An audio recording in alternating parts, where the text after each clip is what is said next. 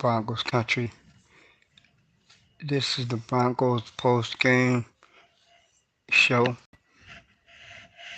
Look, it didn't go good today. It didn't end the way a lot of people was hoping.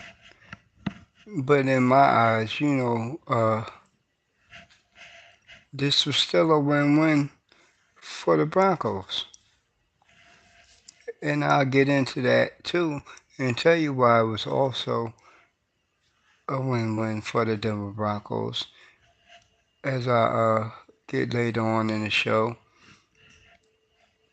The Broncos really couldn't do nothing on offense, man.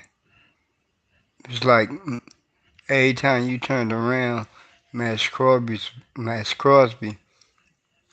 was was right there, breathing down like Jared Stidham's neck, like creating havoc, sacking him. He was he was a beast today.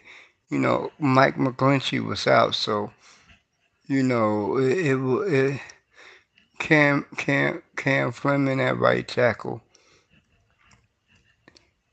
You know what I mean? He really couldn't hold up against Max Crosby. You know, in the blocking the passing game and all that stuff, blocking Max Crosby. He really couldn't hold up in pass protection. So Justin, I mean, he really had no time, but when he had time, he took advantage of that. You know what I mean? But that was what maybe when he threw to a lot of different wide receivers. He threw to uh, Jerry Judy caught passes. Brandon Johnson caught passes, and Marvin Mims caught a pass too. Um, I don't think Lil Jordan Humphrey caught a pass, but Brandon Johnson is a beast as a wide receiver. He's just been hurt, but hopefully he come back next year and I mean, don't suffer an injury in in training camp or preseason. It's a lot of good to so excuse me. It's also a lot of good to look for in this game. You know what I mean? The receivers, they was actually doing stuff, doing things.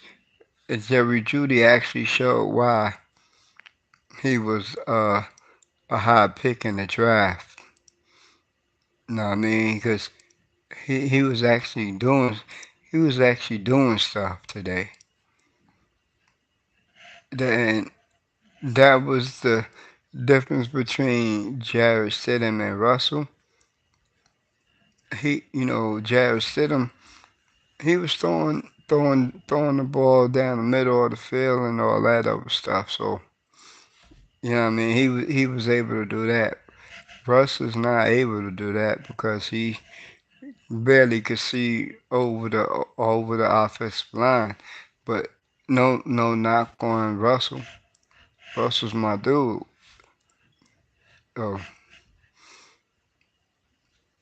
but all in all, the Broncos, I mean, really couldn't do nothing on offense. The final score was 27-14. Two score game, 27-14. That was the final score. So y'all could tell by that. But there's a bright side too to it. There's a bright side too to it. And look, this is going to be a busy off season for the Denver Broncos. Believe me, this is really going to be a big off season. They're making a lot of moves, and moves with guys that aren't like free agents, not aren't uh, free agents this year or unrestricted free agents this year. The roster is not probably going to look the same next year. It's not. It's not going to look the same. So I'm ready for a busy off season. That means I can still do my podcast and still bring y'all news. And look, there's still going to be a lot of news because I got a lot more news to bring. And that will come this week. Who? You know what I mean? I stayed up late because I actually watched the Buffalo Bills game and the Miami Dolphins. And the Bills won that game. Bills won that game. But I might as well get to this bright spot.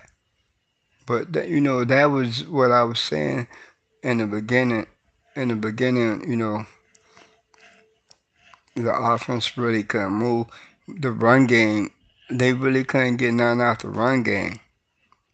You know what I mean? They could they the run game wasn't on again. Again, you know what I mean? The run game wasn't on again.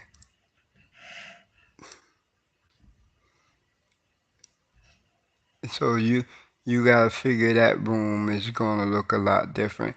But you gotta understand,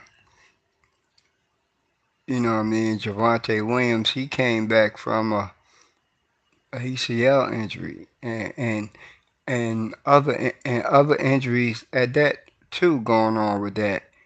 So, it takes it takes a lot. It takes it takes at least a whole year going on too for him to be fully healthy. You feel me? But for him not to be fully healthy, he looked good today. You know what I mean? He only had what, 32 yards rushing, and then he caught a couple passes. So you know what I mean? Yeah, Samaje P. Ryan's still the same. Samaje P. Ryan.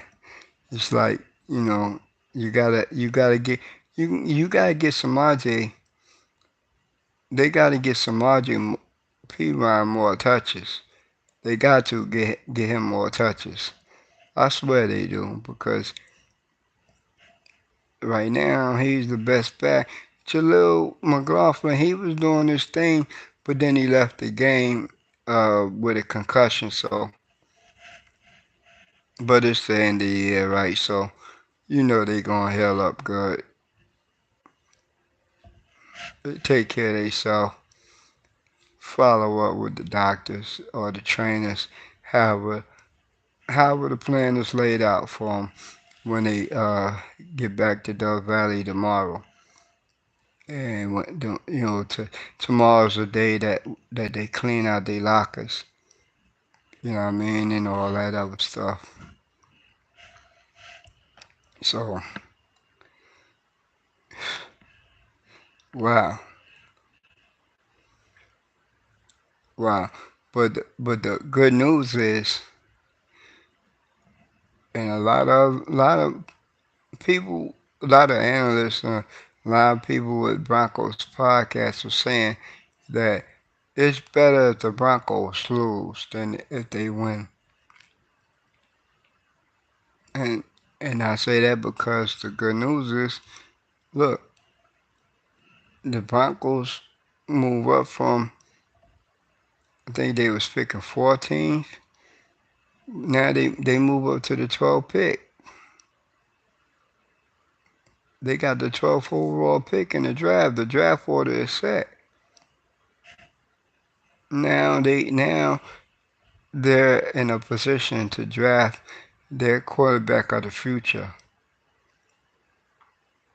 You know what I mean? Now they're in a real good position to draft their quarterback of the future in April's draft. This April's draft. I'm looking forward to it. I'm gonna be here, bring y'all news and all that other stuff. Look, it's gonna be a different off season. It's gonna be a lot of changes. It's gonna be real all season, real busy, real busy. But look, no matter if the Broncos finish 8-9, you know what I mean. No matter they finish 8-9, you know what I mean, on the year. Uh, they had a good year. You gotta remember that 5 game winning streak that they went on and all that stuff like that and things of that nature like that. So the Broncos had a decent season, and this is one of the best seasons that they had since 2016. This is one of the best seasons that they had since 2016. Yeah, I know a lot of people was hoping that the Broncos finish 9-8 and finish with a winning record, but it's better. They're in a better spot right now because they moved up 2 spots in the draft to number 12, 12th overall pick in the draft. They just 2 spots out of the top 10. And who knows what's going to go on in Chicago. They might keep Justin Fields. Who knows? See, all that news is probably coming out tomorrow. And I'm going to bring y'all every news, everything that comes out, everything. Broncos news and other news that's going on going on around the NFL tomorrow night. Tomorrow's another late night for me to stay up because I got to get all this information. So, but I will be going live sometime tomorrow. I'll probably set it up early on tomorrow to discuss the Broncos draft pick, the 12th overall, and which quarterbacks uh, might be available at 12, and just other quarterbacks in general. Start with like Khalid Williams and Drake May. You know what I mean? Because Khalid Williams, his draft stock might fall. His draft stock, Khalid Williams' draft stock might fall. Every year, there's a quarterback that falls in the draft. Look at Will Levis last year, in last year's draft. He went to the Titans, but he fell. He had to wait till what? Late round two, early round three.